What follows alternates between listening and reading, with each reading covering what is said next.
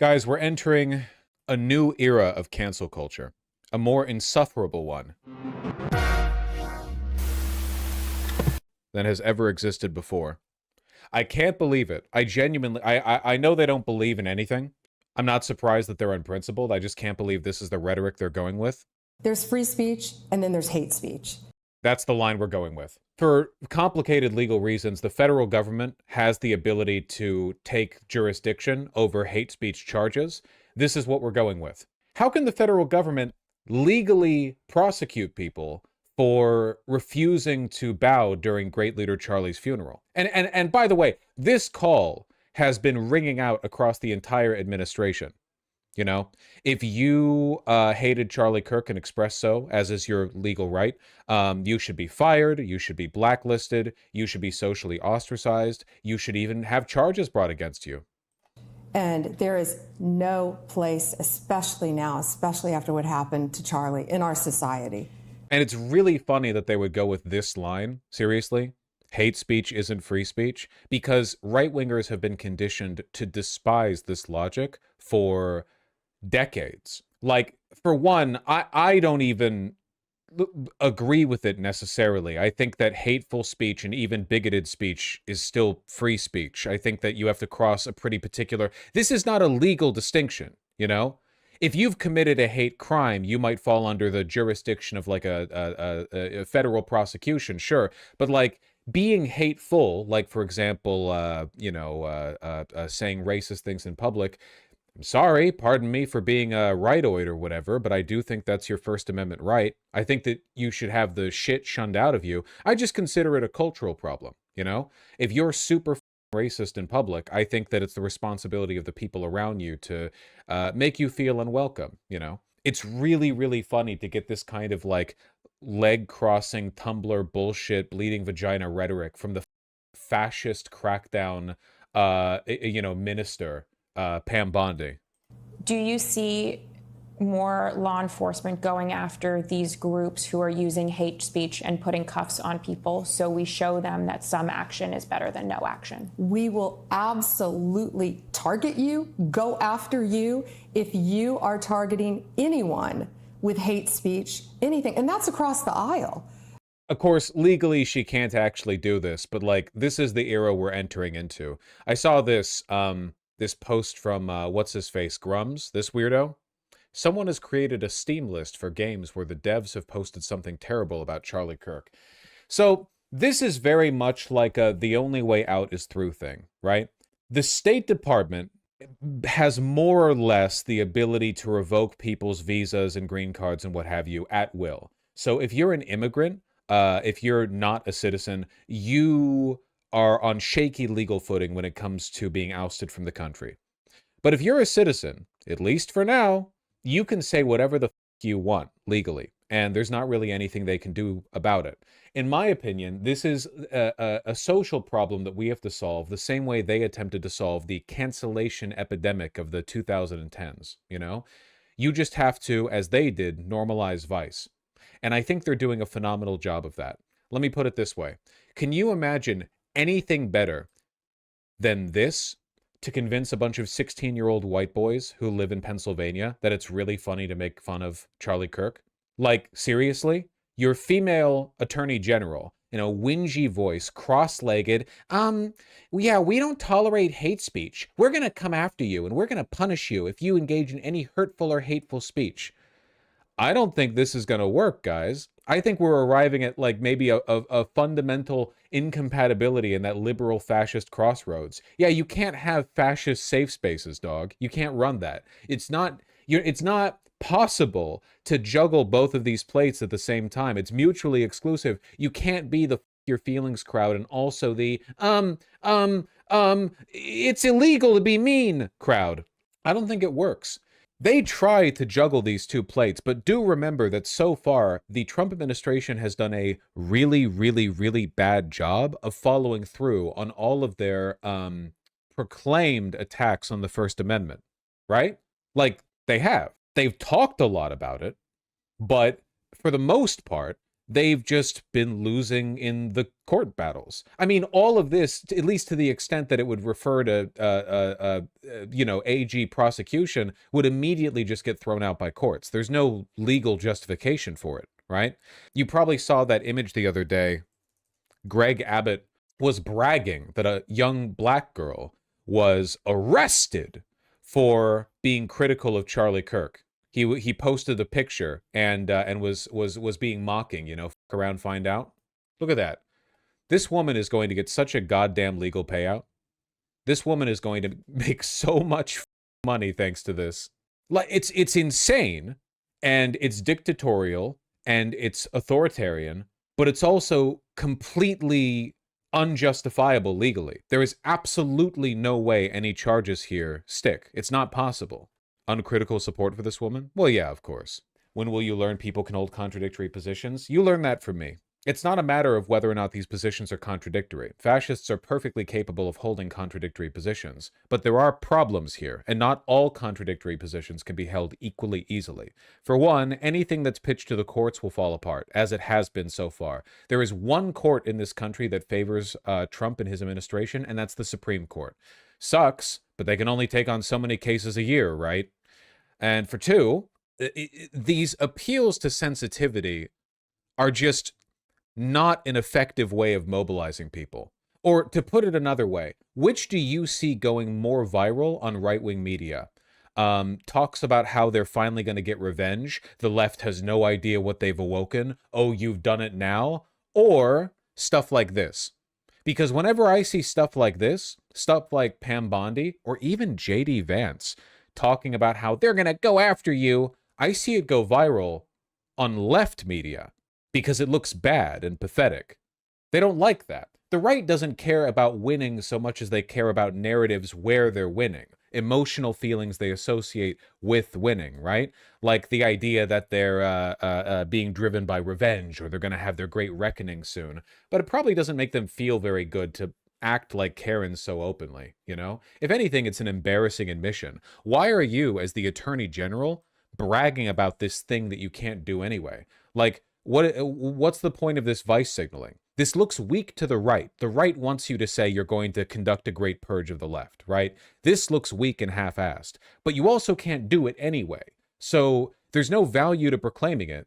And there's also no actual outcome you're gunning for. In my opinion, Pam Bondi is just, in my personal opinion, weak and stupid. She did this before with Epstein, remember? Remember when she gave that pronunciation on Epstein? Oh, even better example, Kilmar Abrego Garcia, when she spoke at that press conference about his release and her voice was wavering the whole time. I think that she just is always online, or at the very least, she listens to people who are always online. She follows trends, and she just wants to keep up with it. But she has no personal convictions and not much of a backbone. So, we're going after people who are critical of Charlie Kirk. She'll go up here and say, yeah, we're going to go after you. But she hasn't really thought about how to phrase it or how to present that information. She hasn't really thought about how it makes her look. Steven Crowder and Matt Walsh called for her to be removed. Yes! Because Steven Crowder and Matt Walsh are both very open, like, we should just kill them all type guys, right? They're both like, no, the Attorney General should just, like, wield a great scythe and carve it across the mainland, and take everyone's heads. Also, they hate women. Yes, they also hate women. And yes, for people like Matt Walsh, who can only come if they're imagining building a death camp for trans people, rhetoric like this comes across as really pathetic. There should be social consequences for people who openly celebrate the murder of an innocent man, but there obviously shouldn't be any legal repercussions of hate speech. I'm sure you can understand why Matt Walsh would not want hate speech laws to exist, which is not even a valid or coherent concept. There is no law against saying hateful things, and there shouldn't be. It doesn't land. And so I bet you that Pam Bondi is either going to quiet down about this or, like, reflect a little bit and adjust her rhetoric and be like, okay, we're not cracking down on hate speech. We're cracking down on anti-American treasonous speech, like hating Charlie Kirk because he's a real American. And that might land a little bit better. It's all just turning the dial called, overt fascism, and looking back at the audience for approval.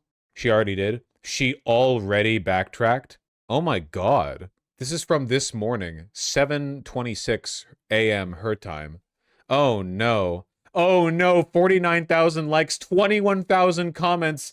I'm telling you guys, this is half because the right doesn't back her and half because this stuff looks really weak and open to attack from the left. Hate speech that crosses the line into threats of violence is not protected by the First Amendment. Pam Bondi, quick question. How could anyone make a threat of violence against Charlie Kirk right now?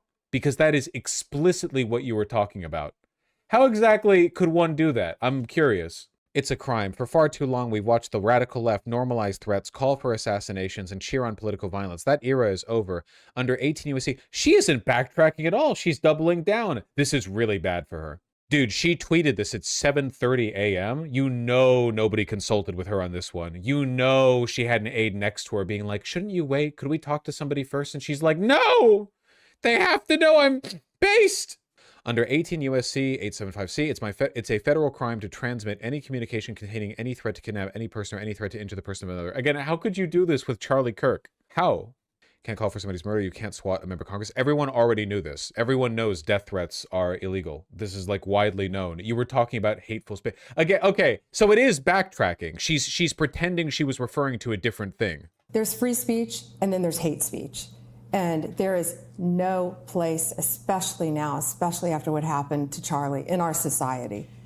Do you see more law enforcement going after these groups who are using hate speech and putting cuffs on people so we show them that some action is better than no action? We will absolutely target you, go after you, if you are targeting anyone with hate speech, anything. And that's across the aisle. She's not saying death threats. She's saying hate speech, and she's walking back on that while pretending not to. That's really funny. Yeah, everyone's just digging into her here. Nobody gives a nobody takes this seriously. Nobody takes her or Kash Patel seriously. Why did they put their weakest people in the positions that are like the ones most critical for an authoritarian crackdown? Seriously. And they were going to have Matt Gaetz as AG? No way. He would not have been he would not have been better. They're yes men. They're all yes men, but like Kash Patel is uniquely incompetent. It's not just about being a yes man. He's uniquely incompetent. And Bondi's a pussy. She's a massive coward. Listen, hate her all you want. You know what nobody says about Noam? That she's a pussy.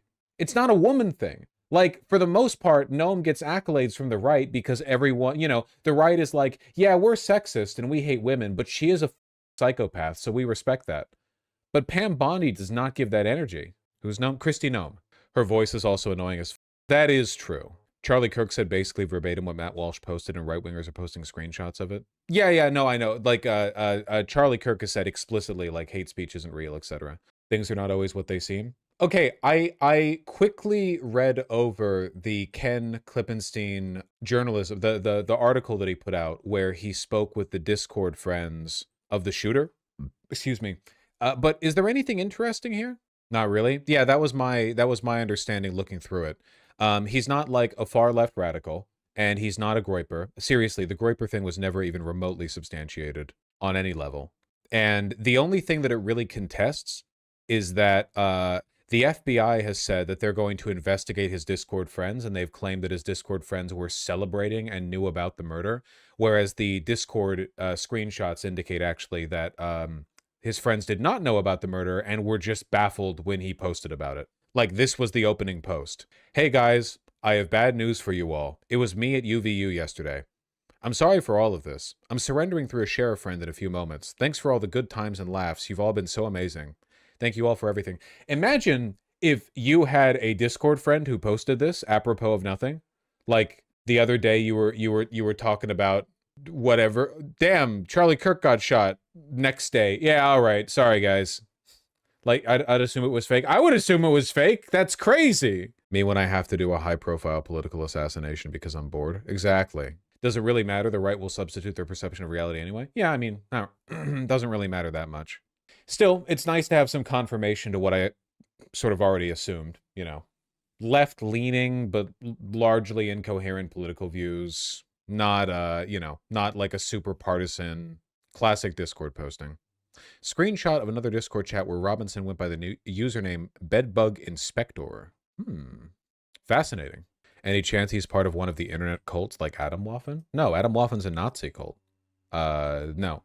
The indictment includes messages he sent to his partner. Police interviewed Robinson's roommate, a biological male who was involved in a romantic relationship with Robinson. The roommate told police that the roommate received messages from Robinson about the shooting and provided those messages to police. After reading the note, the roommate looked under the keyboard, found the note that said, "I had the opportunity to take out Charlie Kirk and I'm going to take it." Police found a photograph of the note. The following text exchange then took place. After reading the note, the roommate responded, "What? You're joking, right?" Robinson said, "I am still okay, my love, but I'm stuck in Orem for a little while longer. Shouldn't be long till I can come home, but I gotta grab my rifle still. To be honest, I'd hope to keep this secret till I died of old age. I'm sorry to involve you." And she said, "You weren't the one who did it, right?" He said, "I am. I'm sorry." She said, "I thought they caught the person." He said, "No, they grabbed some crazy old dude, then interrogated somebody in similar clothing." He said, "Remember how I was engraving bullets? The messages are mostly a big meme. If I see notices bulge ooh on Fox News, I might have a stroke." My brother in Christ, you're the one who engraved the meme on the bullet. What did you think was going to happen? "I might have a stroke. All right, I'm going to have to leave it. That really sucks." He really did not intend to leave the rifle. That's crazy. He really didn't intend. It wasn't an intended message. He just did that. He just had the engravings on the bullets for fun. That's crazy. We're allowed a little whimsy. I agree. A little whimsy in life never hurt. I mean, maybe it did in this case, but, you know, broadly, I mean.